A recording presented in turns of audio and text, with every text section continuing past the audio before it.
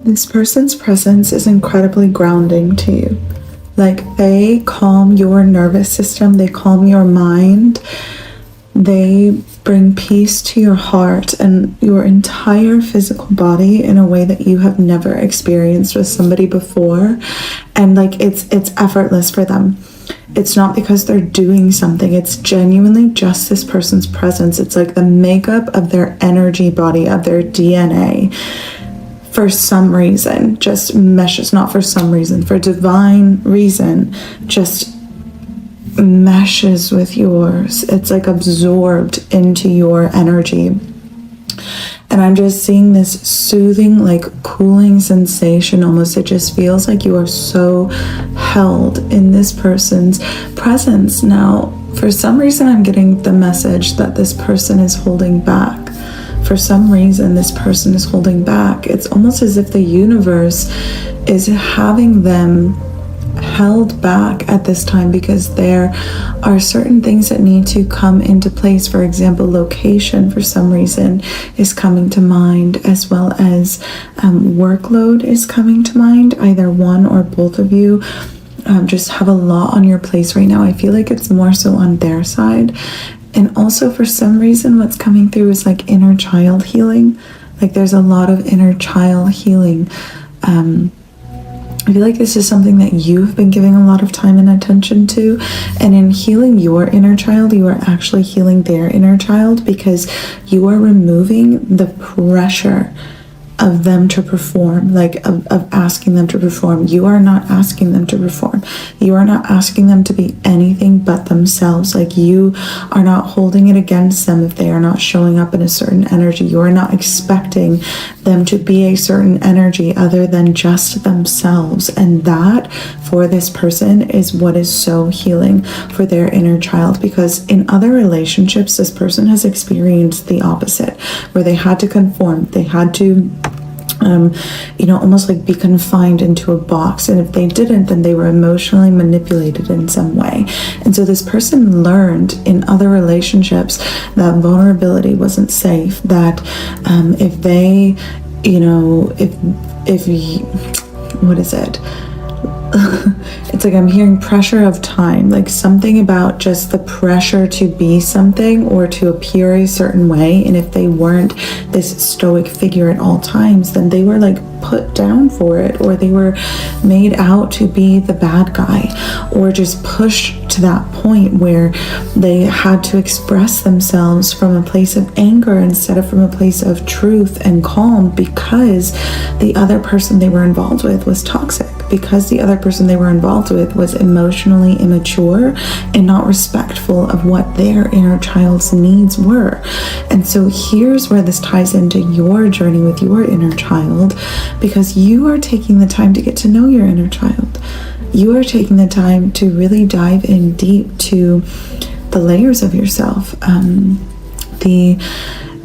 what your inner child needs, what triggers your inner child, and also what makes your inner child very happy. And you're realizing that it's not the other person's responsibility to be that constant source of support. Now, granted, in a healthy relationship dynamic, yes, you will have that person's support in times where your inner child needs it. There's also going to be times where you don't have that support, because at the end of the day, it's two inner childs coming into union and learning and exploring what that looks like, what that feels like with one another. And so you can't expect this person to be inhuman if you yourself are also having that internal experience. And so it's really important for you to get to know your inner child in these ways, because it is what even allows you to express your needs to this person. If your inner child is, feeling so overwhelmed and overstimulated, and you have the power to get yourself some rest, get yourself some water, reduce the caffeine, do certain things, take the time necessary to regulate yourself, to reconnect with your body and calm your mind, you then have the capacity to either express that or simply allow yourself to be that without even having to express yourself, because there is a mutual understanding between you and this person that both of your needs deserve to be respected.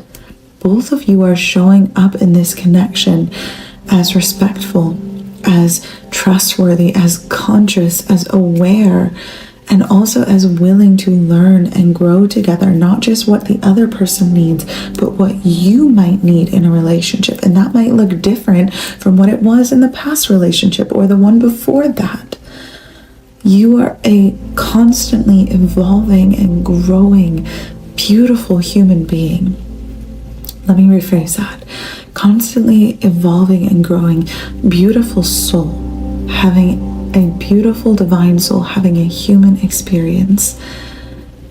And so you learning with this person, you merging souls with this person, it's going to take time and awareness and communication and just mutual understanding that both of you are divine beings having a human experience and choosing to do it together. And that is what makes this connection actually so beautiful. You're not trauma dumping onto one another. In fact, you're not even expecting the other person to understand you, because I think that you're at a point where you're finally ready to realize, or beginning to realize, that nobody is going to understand you to the extent at which you understand yourself, because we are all so unique in design. Nobody is going to understand you the way that divine understands you. However, your true love soulmate, like your person, that person who just gets you, they will, to the greatest capacity and extent in which they can, but not with you needing to explain your experience. You do not need to explain yourself for your person to understand your needs, your desires, who you are, your internal experience. Just as they will not need to explain themselves for you to understand them. That's what I mean by mutual understanding. Like, it's not just on a surface level, it's so deep beyond the physical body, the mental understanding of it all. You are both here to learn and grow together and expand in your capacity to hold space for one another.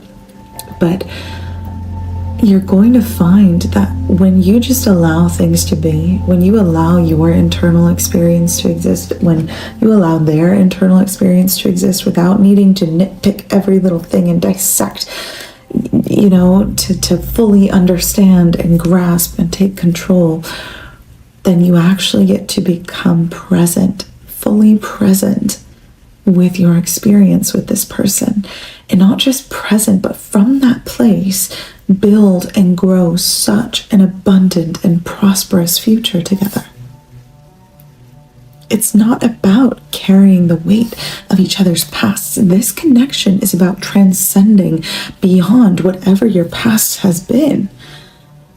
And in doing so, it sets both of you free, because you no longer feel the need to pull your past with you.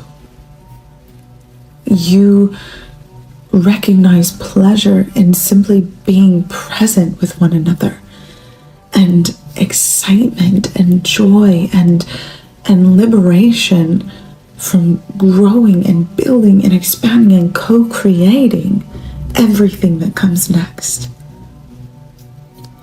This is just giving such a powerful energy of liberation. And you are so ready for this. You really are. You have grown so much, learned so much. Wow. Incredible energy. I love this for you. While I don't offer specifically tarot readings anymore, I do offer somatic guided ritual experiences. So if you feel called to work with me one-on-one, You can book a session by joining my monthly Angel Archetype Society. It is a beautiful community centered around connecting to your divine feminine truth, freeing your soul, and truly becoming who it is you're meant to be in this world.